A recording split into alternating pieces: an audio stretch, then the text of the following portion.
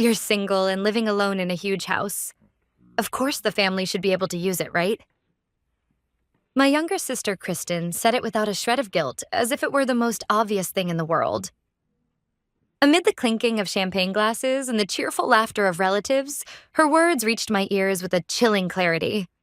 Today was my 30th birthday. This $950,000 villa, something I had finally secured after launching an IT startup and working myself to the bone, was a symbol of my independence and success. The large windows reflecting California's clear blue sky, the custom-designed kitchen, the silence. Every detail was proof of my effort. And yet, in Kristen's eyes as she stood before me, there was not the slightest hint of respect. All I saw was a sticky, possessive obsession. Nothing more. Holding a glass, she strutted around the living room as if it were already her own and continued with words I could hardly believe. Hey, Denise, your company's doing great, right? Managing a place this luxurious all by yourself must be a hassle. I'll live here for you. You don't need rent from me, obviously. We're family. The gazes of my aunts and uncles froze instantly. Kristen's voice was unnecessarily loud, and the once calm party was suddenly engulfed in a heavy, oppressive atmosphere. I slowly set my glass down on the table and looked straight at her. Kristen, stop joking. This is my house. It's not a place for you to live. At my cold, firm response, my father, Robert, cut in. He stepped into the center of the living room and looked down at me with an intimidating air. Denise, watch your tone. Kristen is your sister. She's struggling right now, trying to start a new business. In this family, it's always been our principle that those who succeed help those who haven't yet.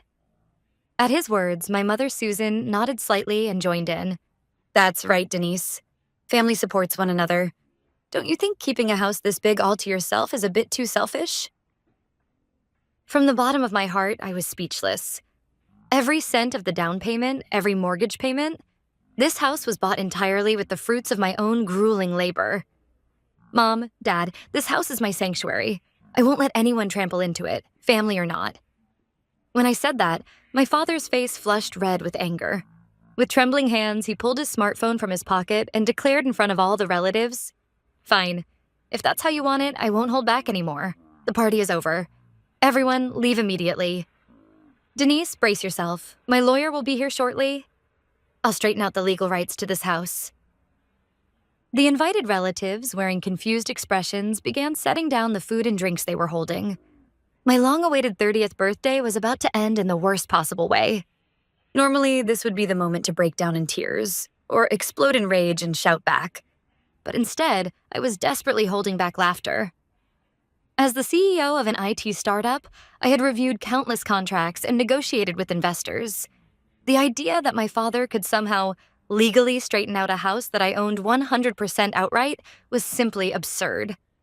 I silently nodded, turned my back on them, and walked toward the kitchen counter. I poured myself a glass of chilled Perrier and took a sip.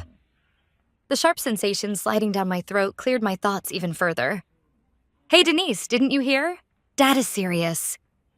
Kristen called out to my back in a triumphant voice.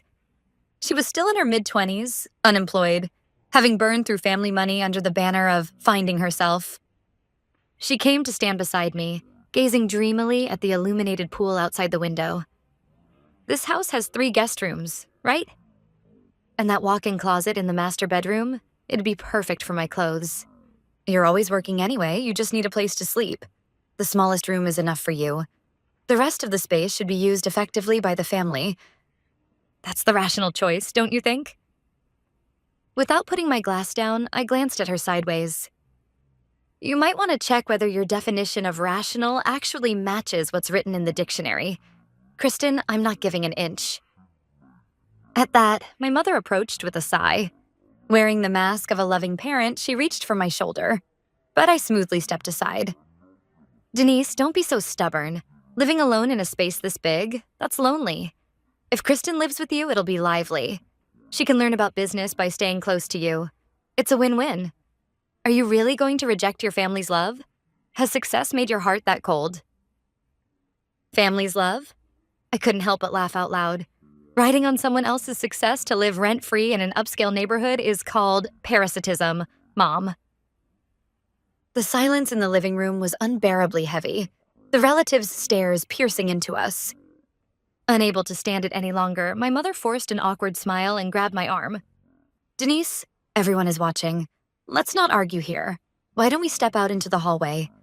If we talk quietly as a family, I'm sure you'll understand." Accepting my mother's suggestion, I left the living room with my father, my mother, and Kristen, and we moved into the wide hallway. The moment we stepped into the silent corridor, something happened. A certain smell tickled my nose, completely different from the aromas of food and wine drifting from the living room. It was that cheap, cloyingly sweet perfume Kristen always wore. This wasn't the scent of someone merely standing beside me.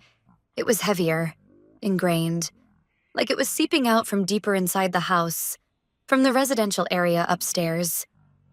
A bad feeling shot through me, and I sprinted up the stairs to the second floor. "Hey, Denise, where do you think you're going?" my mother shouted after me. Ignoring her, I flung open the door to the guest suite. The sight inside made me catch my breath. In what should have been a pristine guest room, one I hadn't invited anyone to use yet, several gaudy, familiar suitcases were scattered across the floor. From the closet spilled out dresses in unmistakably Kristen's terrible taste. Her handbag was tossed onto the bed, and cosmetics were strewn messily across the dresser. What is this supposed to mean? Kristen, who had followed me upstairs, leaned against the doorframe and smiled slyly. Something glinted in her palm. It was a duplicate of the high-security smart key I had specially commissioned when designing this house. Something no ordinary locksmith should have been able to copy. "Surprised?" she said smugly. "Dad helped me make it while you were away on a business trip to San Francisco. Leaving one of your keys at Mom and Dad's place was your fatal mistake. I figured it was basically a sign saying, 'Family can use it freely,' so I happily took you up on it." She showed no shame at all. If anything, she puffed up as if playing the role of the clever little sister. My father and mother caught up moments later, making no attempt to hide anything. "Denise, don't make such a scary face," my father said casually as he walked past me and sat down on the luxurious leather sofa in the guest room. "It's basic risk management for parents to have a spare key to their daughter's house. What if you collapsed? What if there was a fire? We're always worried about you."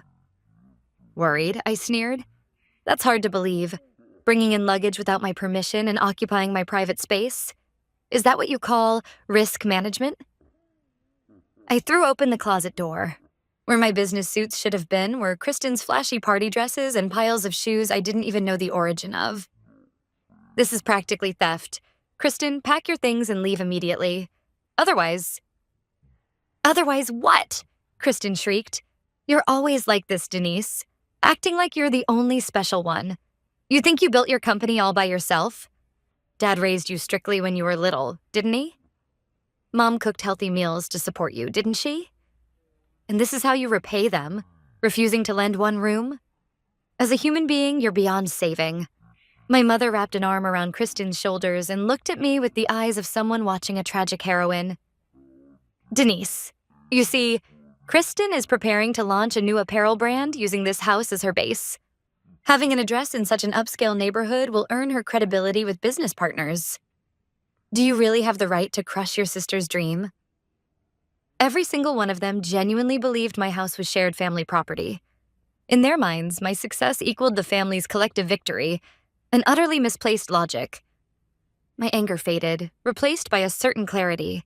Words would never reach these people. Neither logic nor emotion would survive their filter of greed.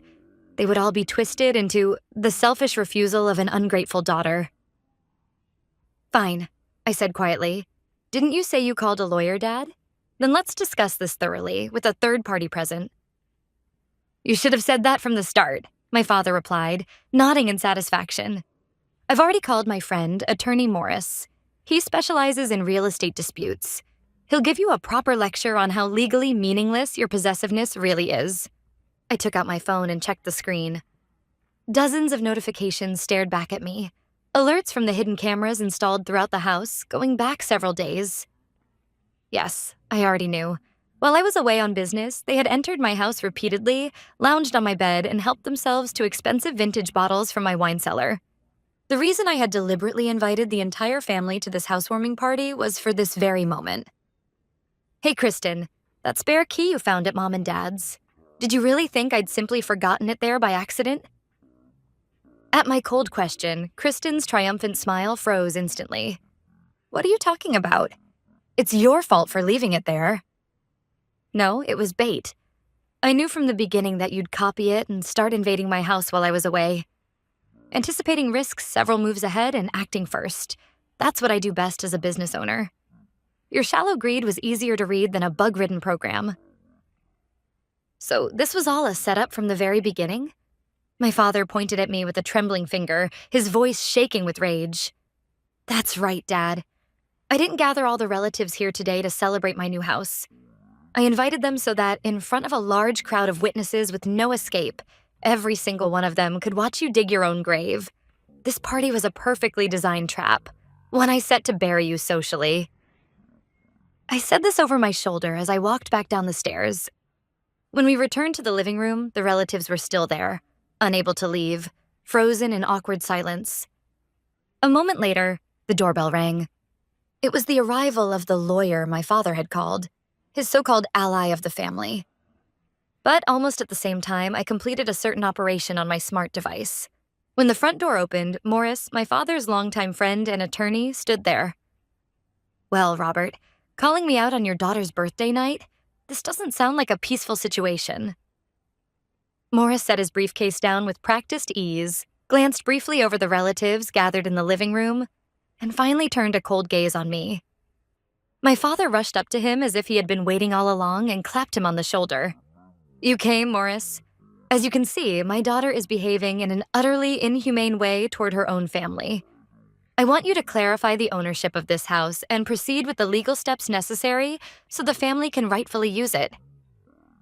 Morris addressed me in a tone one might use to lecture a poorly behaved child. Denise, I've heard the situation from your father. You're single, and hoarding such an enormous asset while denying access to family members in need could be interpreted as contrary to the law. Let's resolve this amicably. We'll draft a contract recognizing certain rooms as Kristen's residence and place of business. That would be best for everyone. Without even glancing at the documents he tried to present, I checked the time. Mr. Morris, I appreciate your professional advice, but before drafting any contracts, it seems there's a physical problem that needs to be addressed first. A physical problem? The moment Morris frowned, a sharp siren sliced through the stillness of the night, growing louder by the second. One car, then another. Blue and red warning lights flooded the large windows this villa was so proud of. What is this? What's going on? My father shouted, rushing to the window. Outside, 3 police cars had blocked the driveway, and armed officers were stepping out. Denise, don't tell me you called the police? My mother asked in a trembling voice. Yes. I reported suspected trespassing and unlawful occupation of assets. A police officer knocked on the front door. I calmly opened it and welcomed 2 officers inside. Thank you for coming. I'm Denise Parker, the one who filed the report. The affected areas are the guest room on the 2nd floor, as well as the kitchen and the wine cellar. Wait! This is a mistake, my father shouted, pushing forward. I'm the homeowner's father. This is just a family dispute. There's no need for police involvement. This lawyer here can prove that. But the officer stopped him with a sharp look. Mr. Parker, according to the report, the security system detected an intrusion using an unauthorized duplicate key, and there is evidence of repeated unlawful entry over several days. We'll need to inspect the premises. Morris was visibly shaken by the police presence. He had come to help my father, but standing before officers, he understood better than anyone how powerless family sentiment was as a shield. As the relatives watched in stunned silence, I mirrored my phone's screen onto the massive monitor in the living room. Everyone, let's take a look at what happened in this house during the 3 days I was in San Francisco. The screen displayed clear night vision footage. It showed my father unlocking the door with the illegally made key, followed by Kristen and my mother entering triumphantly. Kristen danced in my living room. My mother opened my expensive jewelry box and tried things on without permission. My father carried bottles worth thousands of dollars each out of my wine cellar. Then the audio recording played. Denise is so naive, working honestly like that. Once we establish the facts on the ground, she won't dare kick us out because she'll worry about appearances. This house is ours. Kristen's mocking voice echoed through the living room, and a wave of shocked murmurs rippled through the relatives. That's horrible. I can't believe it was all so calculated. I turned back to the officers. They deliberately entered my home while I was away and damaged my assets. Even now, they've brought in their belongings and continue to occupy the house without my consent. This is a clear crime. Faced with the irrefutable evidence on the screen, Morris dropped the fountain pen he had been holding. He couldn't even bring himself to look at my father. He just stood there, stunned. Well then, Mr. Parker, one of the officers said, stepping directly in front of my father, we've reviewed the footage. You stated that you made the key to manage your daughter's house. But in these videos, you appear to be browsing through her jewelry without permission and consuming expensive alcohol. Furthermore, there is an audio recording in which you say you intend to create a fait accompli so she won't be able to kick you out. This goes beyond management. It constitutes suspected premeditated trespassing, theft, and unlawful appropriation of property. That was freedom of speech. Obviously, it was a joke. My father's voice cracked, sweat pouring down his forehead. He looked desperately to Morris, the attorney, for help, but Morris had already closed his briefcase and stepped back. Robert, I'm sorry, but in this situation, there's nothing I can do, Morris said quietly. Before any legal advice can even be given, clear evidence of criminal activity has been made public. If I stay here any longer, my own law license could be at risk. With those words, the family's last remaining shield vanished. Next, an officer stopped Kristen, who was coming down the stairs clutching her belongings. Miss, what's inside that bag? What do you mean? Obviously my clothes. Are you saying staying at my sister's house is a crime? She tried to bluff as usual, but when the officer asked her to open the bag, her hands began to shake violently. Inside were branded accessories taken from my closet and several unopened high-end cosmetics. These were supposed to be gifts. Denise is single and has more than she could ever use. The bags would be happier if I used them. One of my aunts finally snapped. How shameless can you be, Kristen? Have you ever once thought about how hard Denise worked to build this life? The officers continued methodically. Denise, we'll proceed with filing the formal report. Please submit records showing how the duplicate key was made without authorization, along with the timestamps of the intrusions. Yes, the smart lock access logs and the full set of cloud-stored surveillance footage are already prepared for transfer to the police server. As I operated my device, the data synchronized instantly with the officer's tablet. As the CEO of an IT startup, my home security was built on a level far beyond that of an ordinary household. This is flawless evidence, the officer said, nodding. Based on trespassing, theft, and property damage, and considering the total value of the losses, this may qualify as a felony, not a misdemeanor.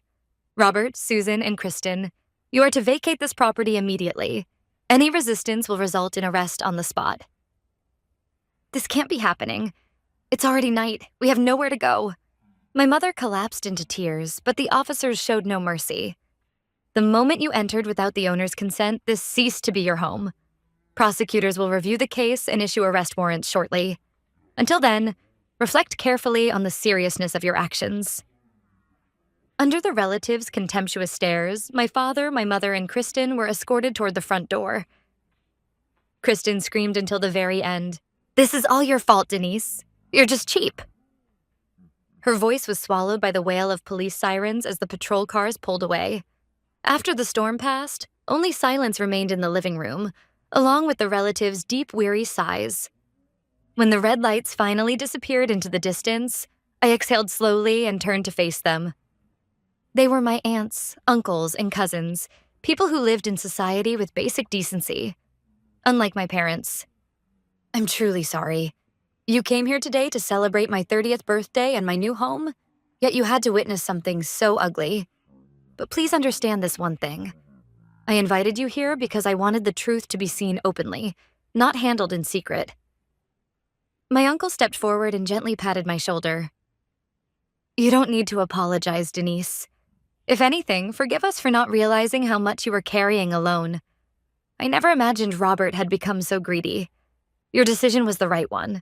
What they did is unforgivable, not just as family, but as human beings. The others echoed their support. Threatening you with a lawyer, no real parent would do that. If you ever need help, Denise, call us anytime. We're on your side. One by one, they left with words of encouragement. When the last person closed the door, I stood alone in the center of my spacious living room and looked around again. Kristen's luggage scattered about, the wine my father had drained, the traces of where my mother had rummaged through my belongings. Well then, time to start cleaning, physically and legally. I opened my banking app on my phone. Every month, automatic payments had been deducted from my account for my father's luxury sedan and my mother's SUV. Gifts from a successful daughter, paid out of goodwill. That goodwill was now completely gone. Without hesitation, I canceled every single automatic payment. The next morning, I received a call from the officer who had handled the case. Denise, the review of the evidence is complete. The prosecutor has determined that this case qualifies as malicious residential trespassing and premeditated theft. Arrest warrants for your father, your mother, and Kristen will be formally issued today. Strangely, I felt no sadness when I heard those words. What I felt instead was a cold, clinical sense of completion. The same feeling I get when a difficult project is finally, decisively finished. 3 days later, I was in my company office watching a certain video my lawyer had sent me. It was footage of my family being arrested in front of their house. As neighbors gathered to see what was happening, my father, Robert, was being handcuffed, shouting over and over, "This is my daughter's harassment. I'm innocent." My mother, Susan, collapsed in tears, covering her face, while Kristen thrashed wildly, resisting the officers with her hair in disarray. The people who had once seen me as nothing more than a wallet or a safety net were now facing the consequences of their own crimes. That scene was the best birthday present I could have asked for. That afternoon, accompanied by my lawyer, I went to the detention center's visiting room. I wasn't there to offer forgiveness. I was there to deliver an ultimatum. Behind the thick acrylic partition, my father looked shockingly aged after only a few days. The styling product that once kept his gray hair immaculate was gone, and he was still wearing a shirt torn during his resistance to arrest. The moment he saw me, he shouted, "Denise, what have you done? What did you tell the police? Withdraw the charges immediately. This is a family matter, isn't it? We just visited your house, that's all." His eyes, swollen from crying, pleaded with me. Kristen is so remorseful now. She's still young. If she gets a criminal record, what will happen to her life? Are you really going to send your own sister to prison? I stared straight into his eyes through the acrylic barrier. You still don't understand. I didn't call the police because you visited. I did it because you systematically tried to destroy my life, my work, and my privacy. Before worrying about Kristen's future, why didn't you stop her when she tried to steal tens of thousands of dollars worth of items from my closet? That's because she wanted them. As her sister, it was only natural for you to give them to her. That single word, natural, extinguished the very last trace of attachment I had left. Natural. That word is what brought you here. Before I turned 30, did you ever once say happy birthday to me? When I built a $950,000 house, did you ever acknowledge the effort it took? All you ever calculated was how much easier and more luxurious your lives would become. I stood up and straightened the collar of my coat. I've stopped paying the loans. Your cars will be repossessed as early as tomorrow. I will never be your safety net again. Wait, Denise. Ignoring my father's desperate scream, I left the visiting room without looking back. Outside, the sun was dazzling. I felt light, like a burden I had carried for 30 years had finally fallen away. A few days later, I returned to my villa. The chaos of that night had been completely erased by professional cleaners. In addition to the existing smart locks, I installed a state-of-the-art vein authentication system on the front door. The windows were upgraded to the highest level of bulletproof and anti-intrusion glass, and AI-powered motion detection cameras now monitored the property 24/7. I also obtained a temporary restraining order barring my entire family from coming within 500 yards of me. They would never again enter my field of vision. Later, my father and Kristen were convicted of first-degree residential burglary and grand larceny, while my mother, Susan, was found guilty as an accomplice. Because it was their first offense and they accepted the restitution I demanded, they avoided prison and received suspended sentences. However, their lives were permanently branded with the words convicted and criminal record, marks that are fatal in society. According to relatives, they were forced out of the house they'd lived in for years and now reside in a damp, thin-walled apartment in the suburbs, constantly blaming one another. They went around crying to everyone that Denise abandoned us, but not a single relative believed them. Every one of them had witnessed what truly happened in my home that day. With criminal records stamped on their resumes, they couldn't find stable work. Now they spend their days doing manual labor at a local warehouse, bundled in thermal gear, hauling cardboard boxes from morning till night. Outside my window, the same beautiful California starry sky as last year stretches endlessly overhead. Alone, but never lonely, I quietly raise my glass in the silence. To my 31-year-old self. Cherish this greatest gift of all, freedom.